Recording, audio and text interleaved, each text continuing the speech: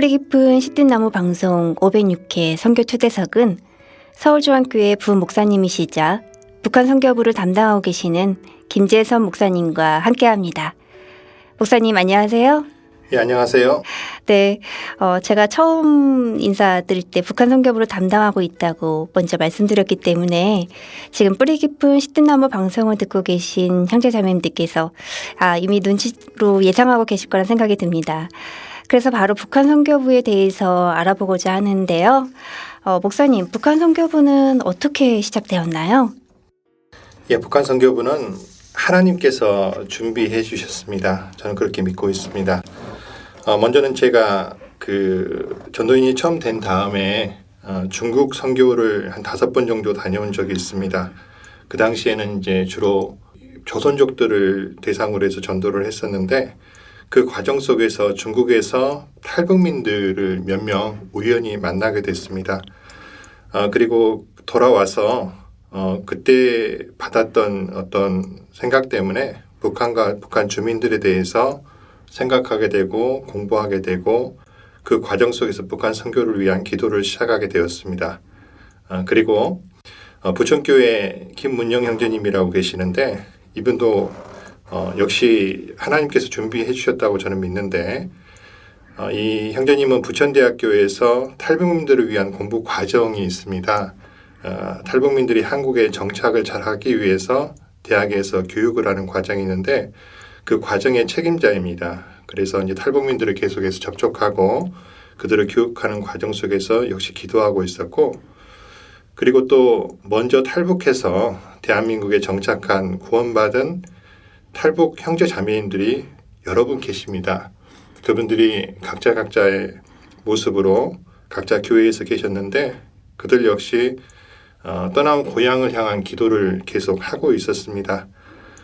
그런 기도들이 모여가지고 2016년 밴드가 시작되었고 그리고 2017년에 처음으로 이제 북한 선교부라고 하는 것이 태동을 했었고 그리고 2018년 작년부터 본격적으로 북한 선교부가 시작이 되었습니다. 아까 제가 그 중국 선교를 하는 과정 속에서 탈북민을 만났다고 했는데요. 그 이야기를 조금 더 해드리려고 합니다.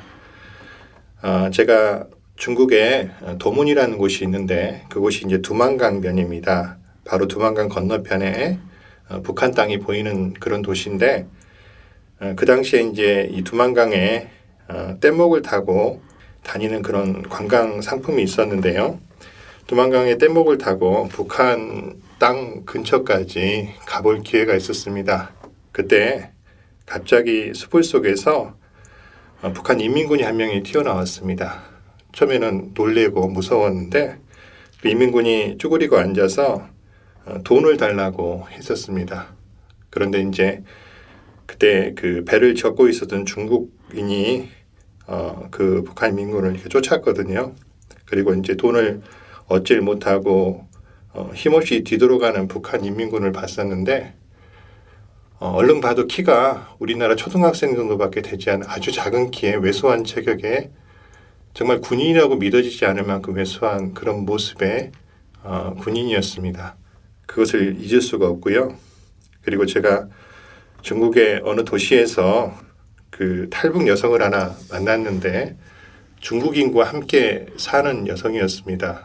저는 처음에 그 여성이 약간 정신이 좀 나간 사람이 아닌가 생각을 했었는데 알고 보니까 중국 사람들에게 어떤 좋지 않은 대접을 받고 인격적으로 그런 과정 속에서 늘 잡혀갈까 봐 불안에 떠는 눈빛을 봤던 것이 기억이 나는데 그때 그 두 사람의 북한 사람이 잊혀지지가 않았습니다. 그리고 또 제가 이제 중국에서 전도하는 과정 속에서 중국이란 나라가 경제적으로는 많은 자유를 허락했지만 여전히 중국 공산당이 집권을 하고 있고 또 기독교를 탄압하는 국가였기 때문에 그곳에서 전도할 때 찬송가를 한 번도 제대로 불러보지 못했습니다. 그리고 주변의 사람들한테 발각이 될까 봐 굉장히 조심스러운 행동을 해야 했었고 전도 집회를 할 때도 항상 바깥에 보초를 쓰는 사람들을 세워야 했었고 그런 것들을 겪으면서 정말 그 대한민국의 신앙의 자유가 얼마나 소중한 것이고 그리고 우리가 누리고 있는 이 자유민주주의 체제가 얼마나 감사한 것이고 중요한 것인가를 늘 생각을 했습니다. 이렇게 이제 중국 선교를 하는 과정 속에서 북한 사람들을 만나고 그걸 겪으면서 이제 한국에 돌아와서 기도를 시작하면서 북한에 대해서 공부를 많이 했었습니다. 공부란 게 다른 게 아니고 북한에 관련된 책들을 사서 보고 그리고 여러 가지 방송에서 나오는 것들 그런 것들을 보고 또 유튜브 자료 같은 걸 보면서 북한에 대해서 이제 알아갈수록 그곳에 있는 사람들이 감시를 받고 탄압을 받고 그리고 북한은 기독교를 탄압하는 정도를 넘어서 아예 말살하는 그런 곳이기 때문에 저는 이제 북한을 현재 영적으로는 김일성 영생교 2단 사교 체제라고 생각을 하는데 그 북한 주민들에 대한 눌림이 늘 기도하게 만들었습니다. 그리고 지금도 매일 만나는 우리 북향민 형제 자매님들 저희 교회에서는 북한에서 오신 분들을 탈북민이라 하지 않고 북한에 고향을 두신 분이라고 해서 북향민이라고 부르는데 매일 만나는 북향민 형제 자매님들의 삶과 그리고 그들이 북한에서 겪었던 일들 한국에서 오는 과정 속에서 삶과 죽음을 넘나드는 그 이야기들을 들으면서 이 북한 주민들에 대한 북한에 있는 2,500만의 영혼들에 대한 눌림이 계속 제 마음속에 되고 그리고 그들을 위해서 기도하게 만들고 준비하게 만들었습니다. 이것이 북한 선교부가 시작된 중요한 이유라고 생각을 합니다. 그런데 마음의 소원만으로는 절대로 역사를 이룰 수가 없습니다.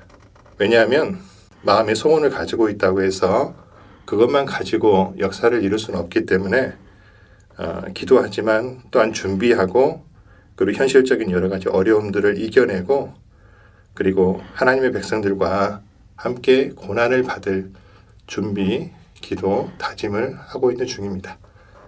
네, 목사님. 북한 하면 분단의 시간만큼 환경과 생활의 차이로 저희가 잘 알지 못하는 부분들이 분명히 있습니다. 그래서 북한 선교를 위해서는 저희가 북한에 대해서 먼저 알고 공부를 해야 할 것 같다는 생각이 많이 드는데요. 북한 선교가 이루어지기 위해서 저희들은 어떠한 준비를 해야 할까요? 예. 먼저 제가 생각할 때는 북한 체제의 특성과 북한 주민들의 특성에 대해서 알아야 된다고 생각을 합니다.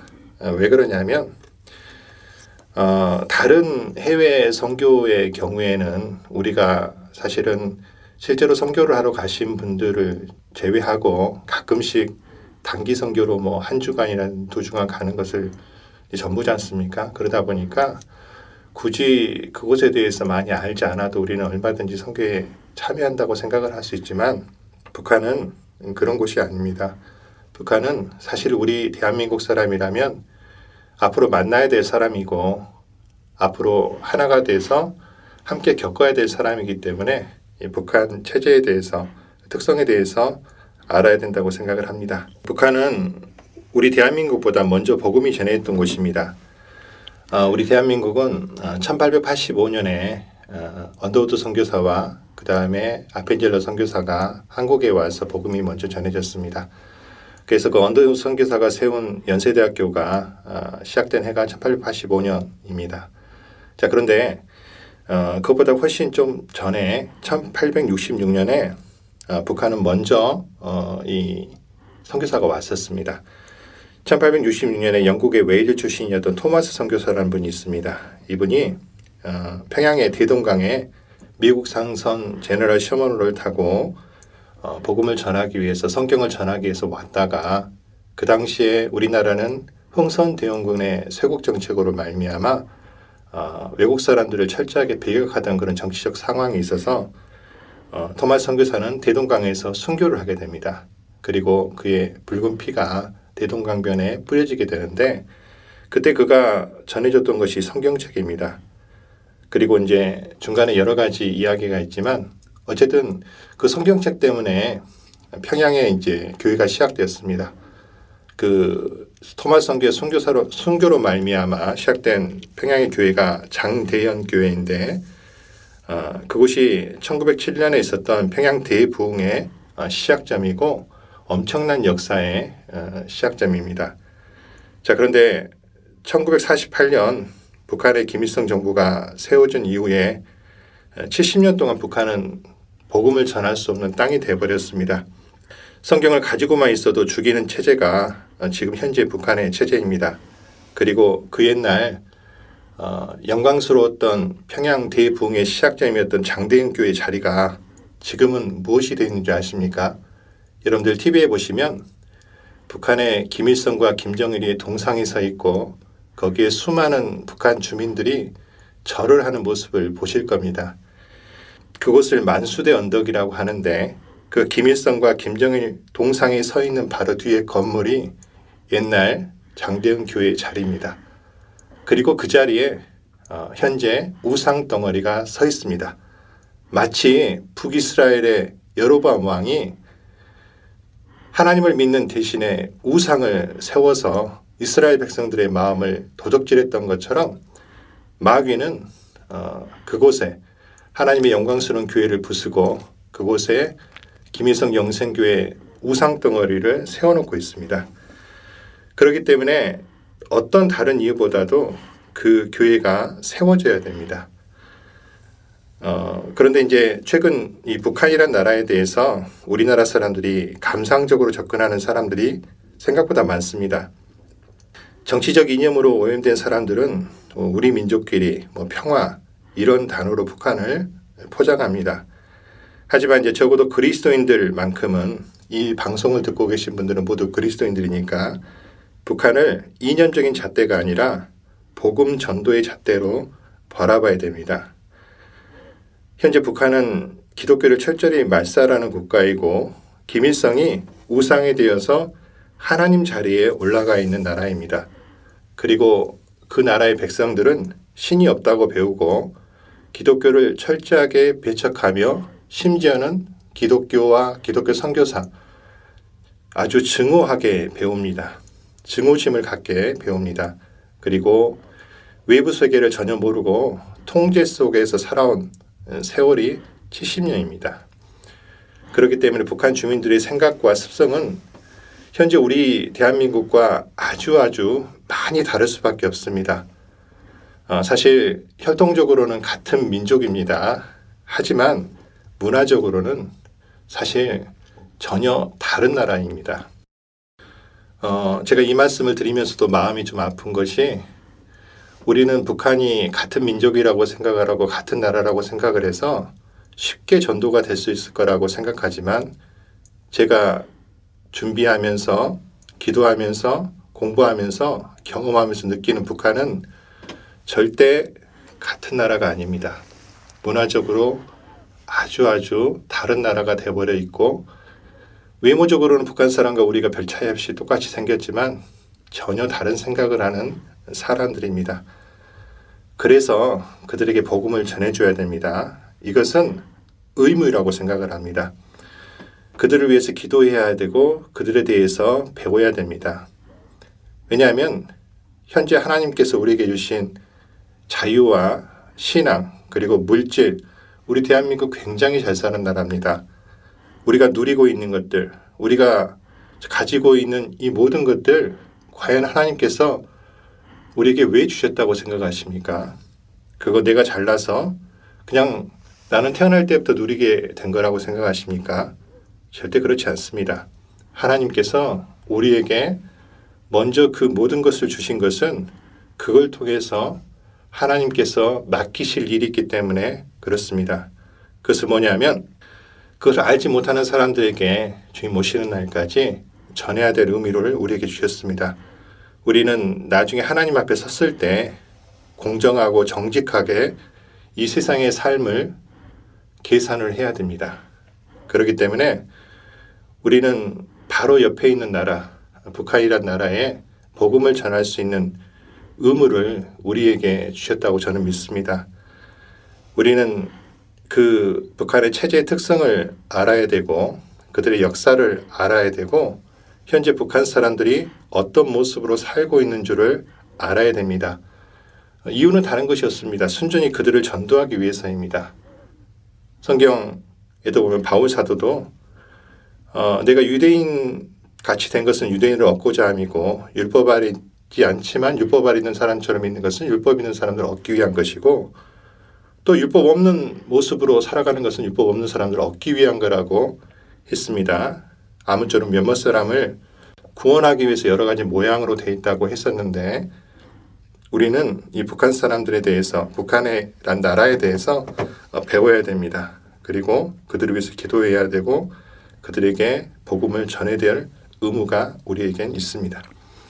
네. 그래서 지금 서울중앙교회를 중심으로 한 북한 선교부 봉사부서에 꾸준한 교제와 모임이 있고 북한 선교부 대학생 모임도 있는 걸로 알고 있습니다.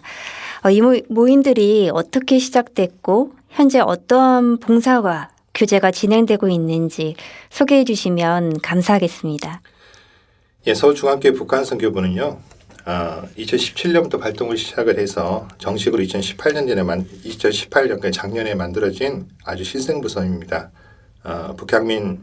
한국에 미리 와 있는 북향민 전도와 그리고 앞으로 있을 북한 선교를 위해서 준비하며 기도하고 있습니다.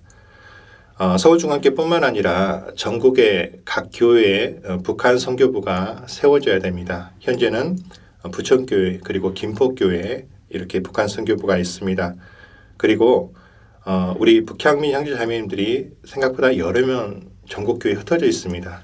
앞으로 그곳에 북한 선교부가 세워질 수 있기를 바라고 있고 또 세워질 거라고 믿습니다.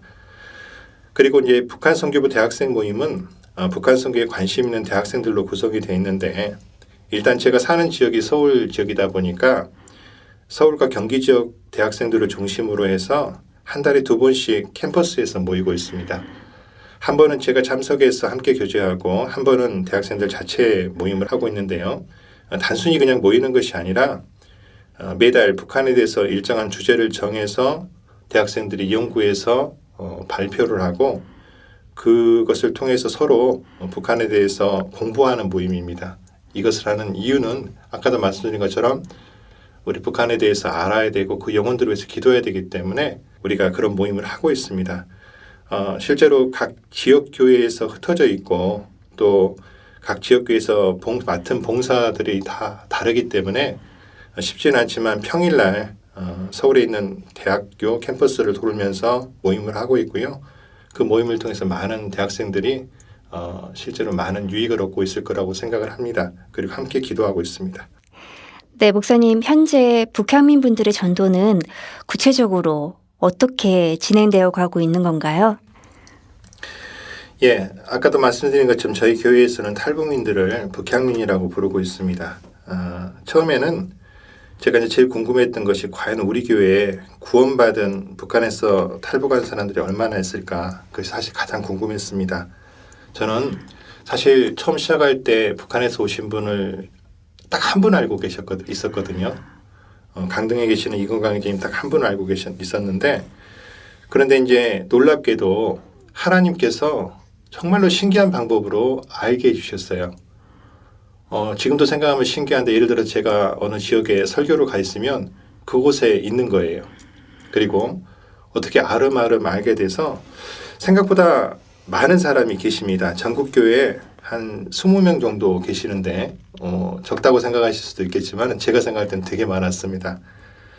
그리고 여러 가지 방법으로 이제 북향민들을 만나고 그들을 위해서 노력하는데 예를 들어서 탈북하신 분들이 처음 우리나라에 정착을 할 때 정착 도움이라고 하는 걸 통해서 여러 가지 우리나라의 정착을 돕는 이제 일을 하는데 그런 봉사가 있는데 저희 형제자매들이 그곳에 이제 지원을 해서 북향민들을 만나기도 하고 또 북향민 한 사람을 만나면 그들이 알고 있는 친구들 이렇게 소개를 받고 아름아름으로 이렇게 해서 이제 북향민들을 만나서 전도하기 노력을 했습니다. 한 2년 정도를 했었는데 지금 생각해보면 그 2년이라는 세월이 참 쉽지 않았던 것 같습니다. 왜 그러냐면 아까 제가 이야기한 것처럼 감상적으로 접근을 할 수 없는 것이 정말 바로 전도한다고 구원받는 사람들이 아니고 그리고 또 한 가지 마귀가 살아 있습니다. 엄청난 마귀의 방해를 이제 겪게 되는데 일단 이제 한국에 온 북향민들은 실제로 어떤 사람들이냐면 한 7, 80% 정도는 원래 처음부터 한국으로 오려고 온 게 아니고 단순히 배가 고파서 여러 가지 어려움 때문에 살기 위해서 중국으로 탈출을 했다가 중국에서는 북한 사람들을 난민으로 인정해 주지 않습니다. 그리고 잡히게 되면 오히려 북한에 다시 북송을 한다고 하죠. 돌려보내서 큰 벌을 받거나 때로는 이제 북한 사람들이 북송됐을 때 한국 사람들을 접했거나 한국행을 기도했거나 내지는 중국에서 기독교를 접했으면 그 사람들은 사형을 받거나 안 그러면 다시는 나오지 못하는 정치본 수용소에 수감이 됩니다. 즉 죽을 수가 있기 때문에 중국에서는 굉장히 불안한 생활을 할 수밖에 없습니다. 그래서 그들이 이제 한국에 먼저 온 사람들로부터 한국은 그 주민으로서 받아주고 국민으로서 받아주고 또 여러 가지 혜택이 있다는 소리를 듣고 한국으로 오는 사람들이 많이 늘었습니다. 그래서 이제 북한에서 대부분 중국으로 갔다가 한국으로 오는 사람이 한 7, 80% 정도 됩니다. 이 사람들은 더 잘 살기 위해서 한국으로 오고요. 그리고 이제 한국에 먼저 와 있는 가족들이 한국에서 이제 자유를 누리면서 살다 보니까 북한에 있는 가족들이 생각이 나는 겁니다. 그래서 이제 브로커를 써서 돈을 들여서 북한에 있는 가족들을 빼내와서 데려온 사람들이 한 30% 정도 됩니다. 그래서 이제 그 사람들이 이제 한국에 와서 살아가는데 공통점은 북한보다 더 잘 살고 싶어서 한국에 온 곳이지 않습니까? 그런데 이제 그들이 한국에 와서 여러 가지로 어려움을 겪습니다. 가장 큰 어려움은 이제 환경의 차이겠죠. 아무래도 전혀 다른 세계에서 몇십 년 동안 살다가 한국에 오다 보니까 먼저 이 사회에 대한 지식이 전혀 없습니다. 왜냐하면 감시를 받고 통제됐던 그 사회에서 완전히 열려진 사회로 오다 보니까 이 사람들이 이제 이 대한민국에 대한 지식이 전혀 없는 거죠. 그리고 그들이 이제 대한민국을 바라볼 때 주로 한류 드라마라든지 한국 노래 같은 걸 통해서 이제 꿈을 꾸는데 우리도 아는 것처럼 드라마에 나오는 모습이 우리 진짜 사는 모습은 아니지 않습니까? 예를 들어서 한국에 오면 전부 다 2층 집에서 계단 있는 집에서 사는 줄 알고 왔는데 그렇게 사는 사람 사실 많지 없잖아요. 그래서 그런 데 대한 여러 가지 그 차이점이 있고 그 다음에 한국 사람들의 말을 많이 알아듣지 못합니다. 저도 사실은 북한에 공부하기 전에는 잘 몰랐는데 우리가 쓰는 말이 생각보다 외래어가 많습니다. 영어를 인용한 말들이 상당히 많습니다. 근데 북한에서는 영어를 거의 쓰질 않습니다. 일단 옛날 사람들은 영어를 아예 배우질 않았고요. 대부분 러시아 말 같은 것들을 배웠고 그리고 이제 최근 사람들은 영어를 좀 배우긴 했지만 북한에서 살면서 영어를 쓸 일이 없습니다. 외국 사람들을 볼 일이 없는데 영어를 쓰겠습니까? 그래서 북한 사람들이 제일 두려워하는 게 영어입니다. 근데 우리가 생각보다 영어를 많이 쓰거든요. 그래서 못 알아듣습니다. 그리고 같은 단어인데도 불구하고 개념이 다른 게 상당히 많습니다. 그래서 북한 사람들과 한국 사람들이 같은 단어인데도 불구하고 서로 뜻이 달라가지고 겪는 어떤 어려움들이 많이 있습니다.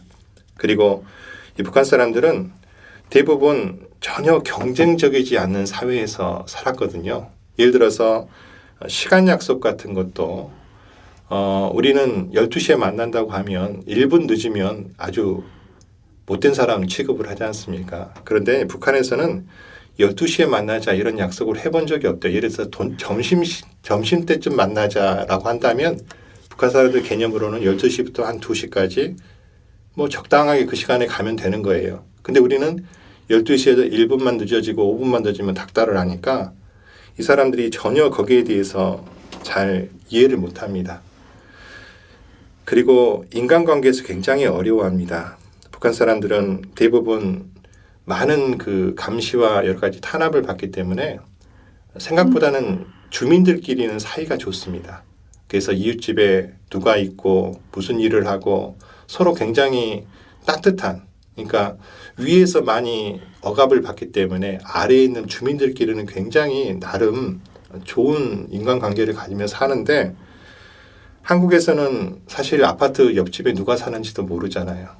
그리고 옆집 사람한테 말이라도 걸면 저 사람은 왜 저래 이런 취급받기 쉽고 그래서 이제 여러 가지 인간관계에서 굉장히 어려움을 겪습니다. 그리고 뭐 우리 대한민국 사회에서 있었던 여러 가지 상식적인 부분, 우리는 상식이라고 생각하는 것이 그분들에게는 전혀 낯선 것이 돼 있다 보니까 여기 와서 사실 많이 외로워합니다.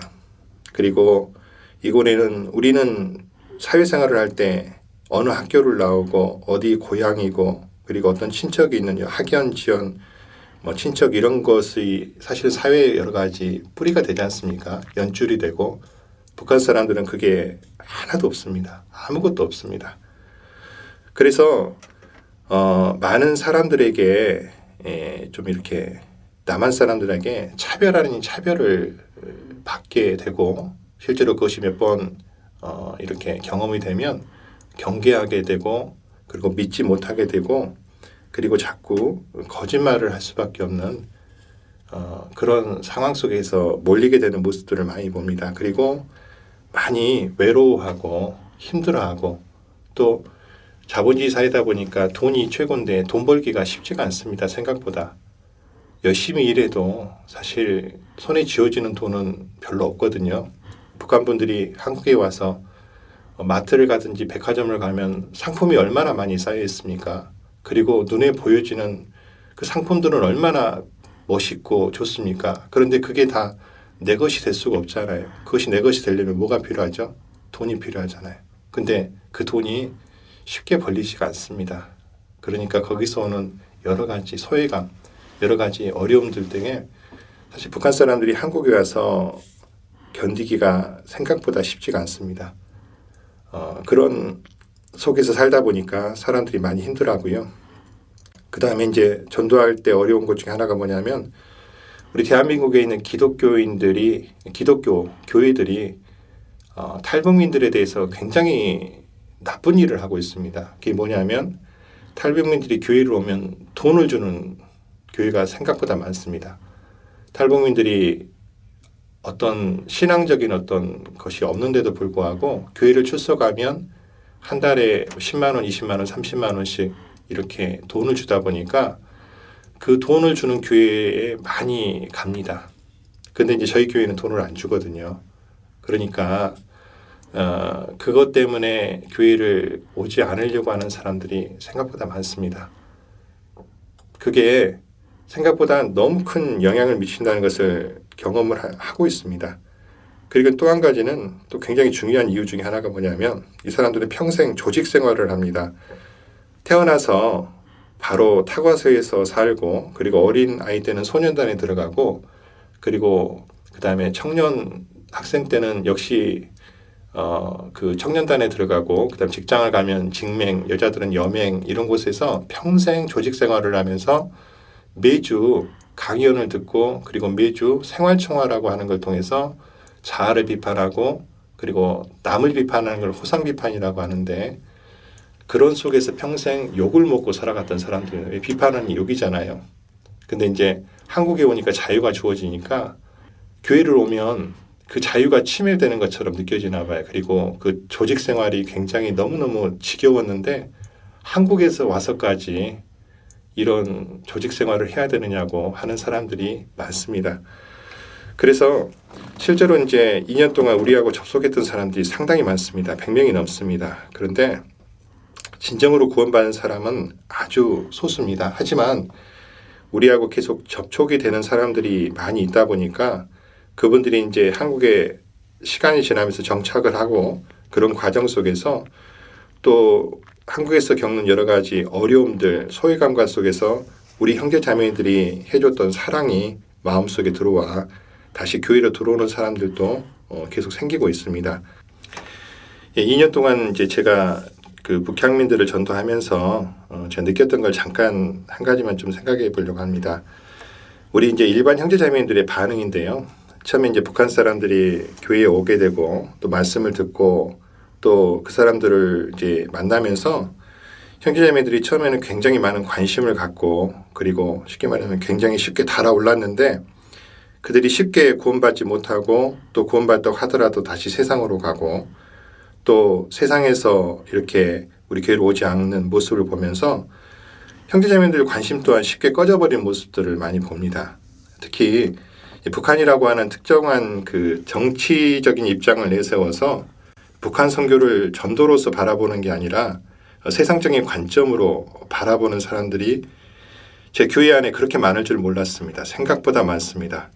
그래서 이 북한 선교에 대해서 우리가 그 영혼들을 전도하는 그 문제로 저는 큰 문제가 없을 거라고 생각을 했는데 이 북한을 바라보는 관점이 생각보다 많더라고요. 그래서 쉽게 달아올랐다가 쉽게 꺼지는 모습을 보면서 많이 섭섭하고 좀 아쉬운 마음이 있습니다.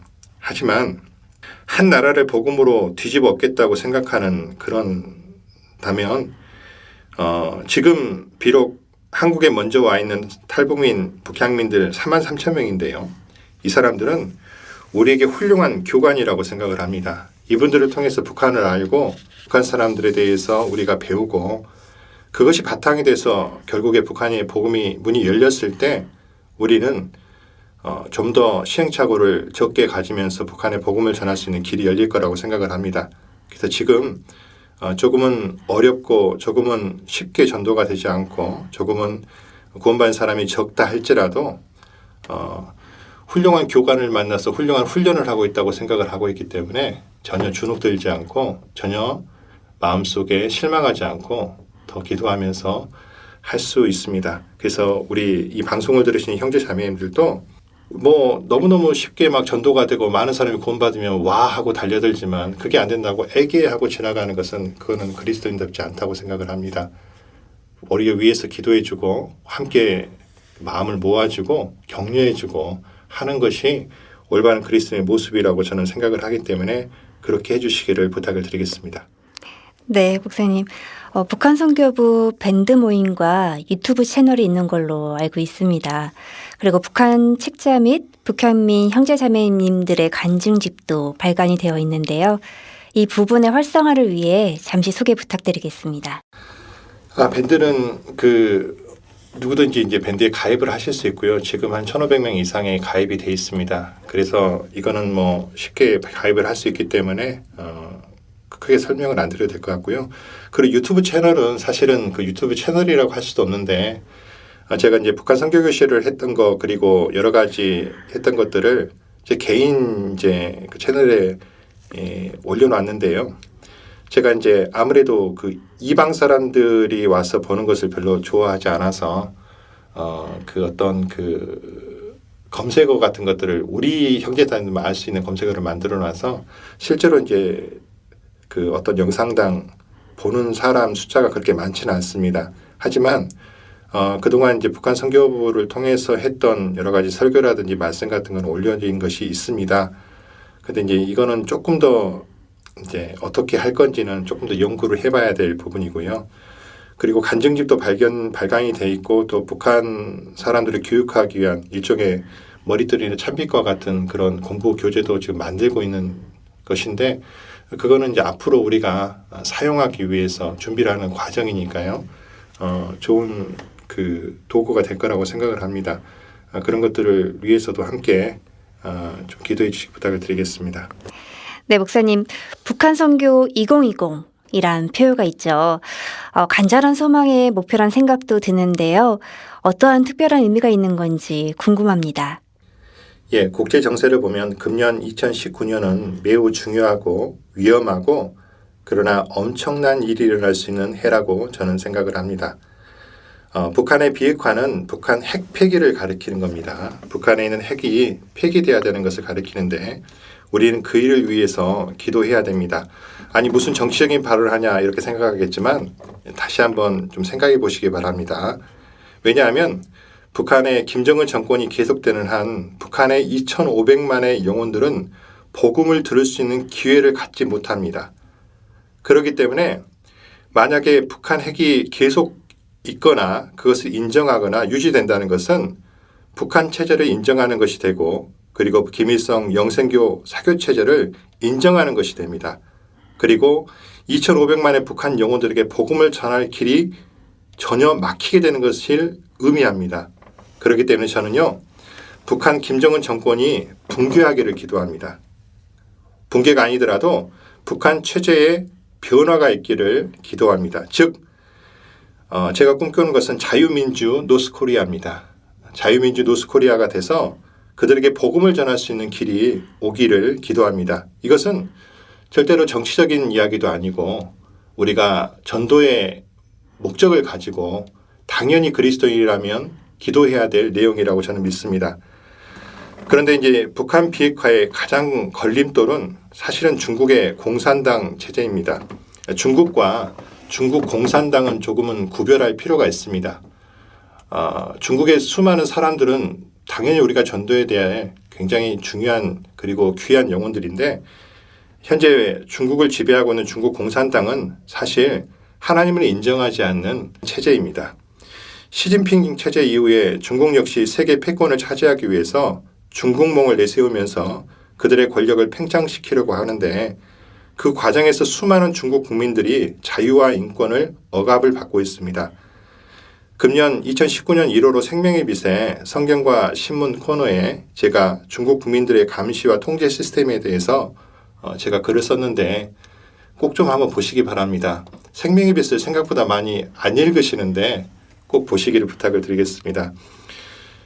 이 중국 국민들을 감시와 통제하는 것 플러스에서 중국의 기독교는 최근에 가장 큰 위기를 겪고 있습니다.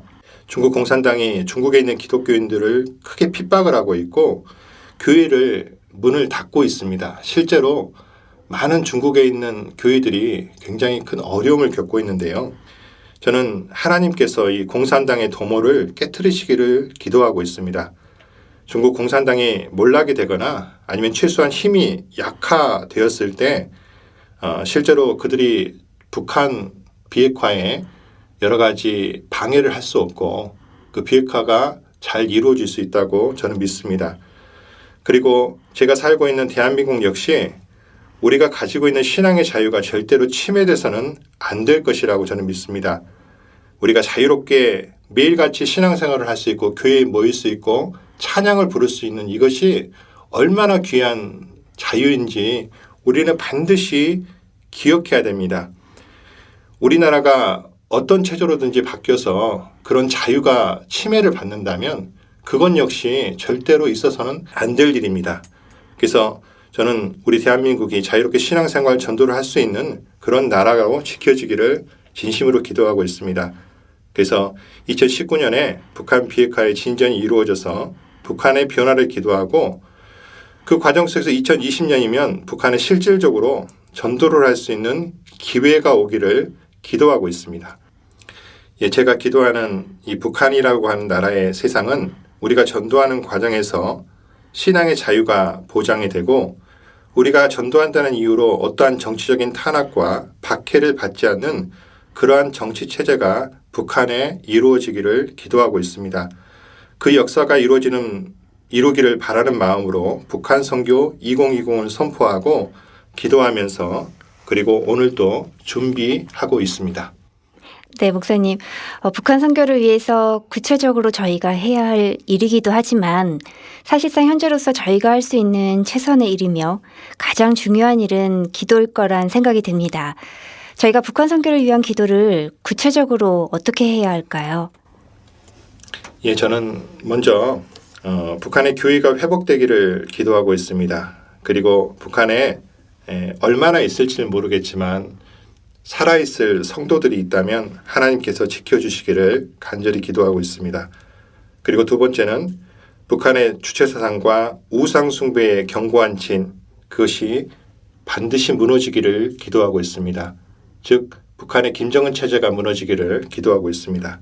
그리고 세 번째는 북한 핵과 미사일, 대량 살상 무기의 견고한 진, 사실 그것 때문에 전 세계를 위협하고 있는데 그건 역시 무너지기를 기도하고 있습니다. 그리고 이제 가장 중요한 네 번째, 북한의 신앙의 자유가 허락되기를 간절히 기도합니다. 그리고 사실 다섯 번째는 북한에 굶주리는 영혼들이 있습니다. 우리는 매일 방송을 통해서 풍요롭게 보이는 평양의 모습만 보고 있습니다.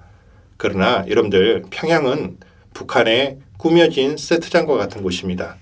평양을 조금만 벗어나면 실제로 대북 제재 때문에 굶고 있는 사람들이 있다는 소식을 지금도 듣고 있습니다. 그들에게 정말로 우리가 복음을 전하러 갈 때까지 제발 살아있기만을 바라는 그런 마음이 솔직하게 있습니다. 그래서 식량이 공급되기를 간절히 기도하고 있습니다.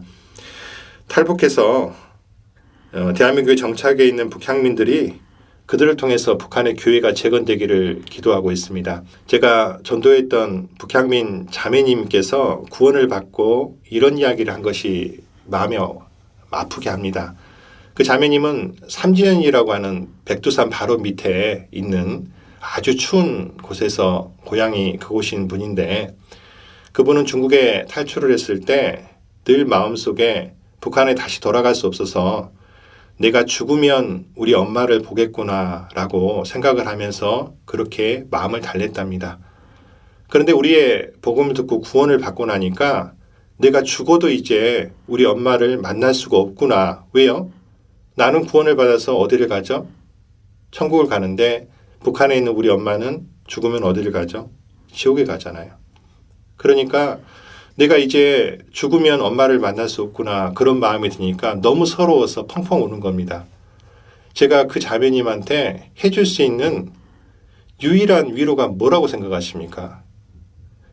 북한이 열려서 지금 그곳에 있는 엄마에게 가족들에게 친척들에게 복음을 전할 수 있는 날이 오기를 간절히 기도하고 준비하자고 그리고 열리게 되면 우리 바로 들어가서 전도하자고 그 말 외에는 해줄 게 없습니다. 실제로 북한 땅에는요, 정말 사는 것 자체를 힘들어하는 수많은 영혼들이 있습니다. 그 영혼들을 위해서 사실 우리는 기도해야 됩니다. 그것이 우리 대한민국에 있는 성도들에게 맡겨진 하나님의 의무이자 소명이자 사명입니다. 네. 뿌리 깊은 씨앗나무 방송을 들으시는 형제 자매님들께 북한 선교 봉사에 대한 부분이나 북향민 분들의 전도에 관해 부탁이나 당부하고 싶으신 말씀이 있으신지요? 예, 있습니다. 밴드나 유튜브를 통해서 소식을 보시고 함께 기도하며 동참해 주시기를 부탁을 드립니다.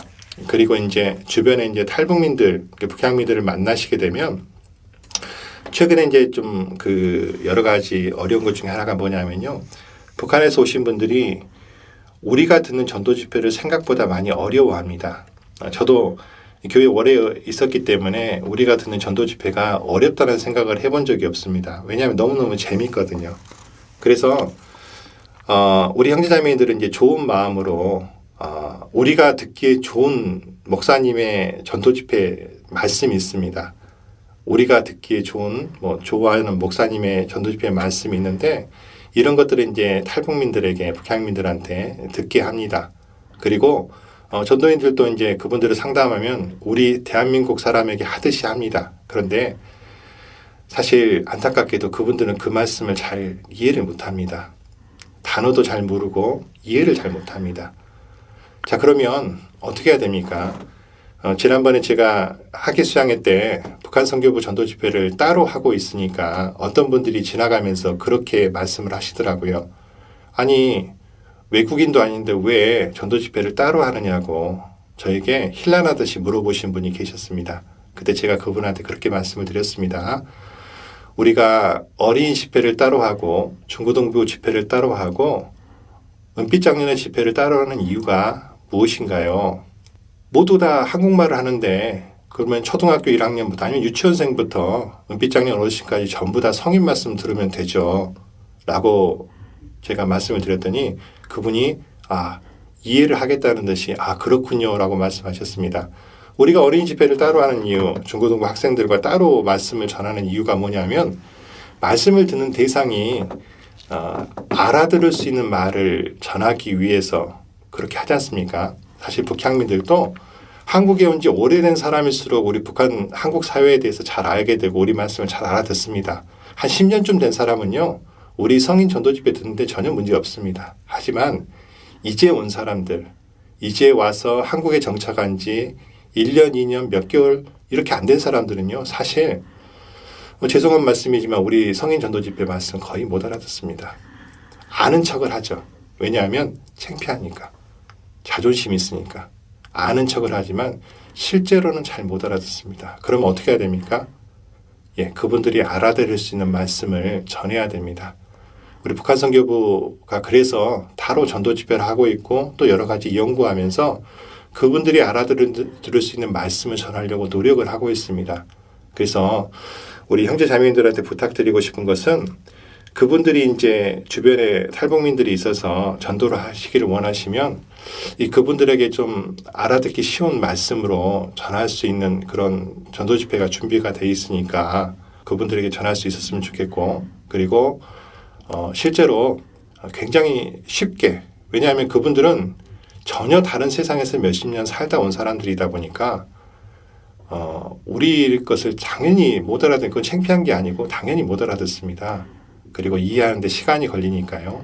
우리가 쉽게 풀어서 그리고 이렇게 알아들을 수 있게 전해줄 수 있는 노력들이 필요하고 또 그분들을 진정으로 좀 존중해 줄 수 있는 마음이 있었으면 좋겠습니다. 그리고 하나만 더 말씀드리면 이분들은 평생 감시를 받고 평생 욕을 먹고 사는 사람들입니다. 욕을 먹은 다음에 무슨 말이냐면 아까 말씀드린 것처럼 생활총화라는 걸 하는데 일주일 동안 살면서 아니면 사흘 동안 보통 생활총화를 한 일주일에 2번 하는 경우도 있는데 살면서 자기가 잘못했던 걸 사람들 앞에서 말을 합니다. 그리고 이제 자아비판이라고 하죠. 그리고 또 다른 사람이 잘못했던 것을 지적을 합니다. 그러면 많은 사람들 앞에서 지적을 받고 창피를 당하는 겁니다.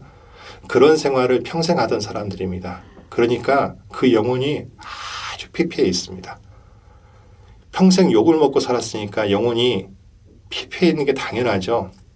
그래서 그분들은요, 한국 사람들이 좋은 말하고 그 다음에 사랑한다고 말하면 가증스럽다고 이야기합니다. 간사하다고 이야기합니다. 근데 그분들에게 끊임없이 그리스도의 사랑으로 전하면 처음에는 경계하고 처음에는 좀 멀리 있던 사람들이요, 점점 다가옵니다. 왜? 그분들은 이 대한민국 땅에서 의지할 사람이 없습니다. 탈북민들은 처음에는 탈북민들끼리 자주 만나는데 자기들끼리 많이 속이기도 하고 사기도 치고 그러면서 상처도 많이 받고 그러거든요. 근데 그럴 때 그분들 마음속에 제일 생각나는 사람들이 누구냐면 우리 그리스도인들입니다. 지금 당장은 그 사람들이 조금 거절하고 세상으로 간다 할지라도 우리가 그리스도에게 받은 사랑을 그들에게 진정한 마음으로 전해준다면 그들은 결국에 사람이 그리워서도 옵니다. 그 과정 속에서 그 사람들이 구원을 받고 그 영혼들이 하나님께로 돌아오는 역사를 지금도 보고 있고 앞으로도 볼 겁니다. 그래서 그분들을 정말로 사랑하는 마음으로 그리고 존중하는 마음으로 따뜻하게 대해 주셨으면 좋겠습니다. 네, 목사님. 마지막으로 우리 북향민 형제자매님들과 함께 듣고 싶으신 찬양이 있으실 것 같으신데요. 어떤 찬양으로 마음을 함께하면 좋을까요? 작은 불꽃 하나가라는 찬양을 신청하고 싶습니다. 비록 지금은 관심도 덜하고 그리고 미약한 불꽃에 지나지 않지만 작은 불꽃이 큰 산을 태우게 됩니다. 그런 것처럼 진짜 마지막 시대에 온 세상을 복음의 불꽃으로 태우는 그런 불이 되기를 바라는 마음으로 작은 불꽃 하나가를 신청하겠습니다. 마중물이라는 단어가 있습니다. 예전 제가 어렸을 때 시골 작은아버지 집에 가면 그 마당에 물을 끌어올리는 펌프가 있었습니다. 평소에는 아무리 펌프질을 해도 물이 올라오지 않는데 그곳에 물을 한 바가지 붓고 펌프질을 하면 물이 끌어올려집니다. 그 한 바가지의 물이 마중물입니다. 북한민분들은 북한 선교의 마중물이 아닐까요? 우리 모두 다 함께 북한 선교를 위해 더욱 관심과 기도로 함께하며 그 사명을 다해야 할 것입니다.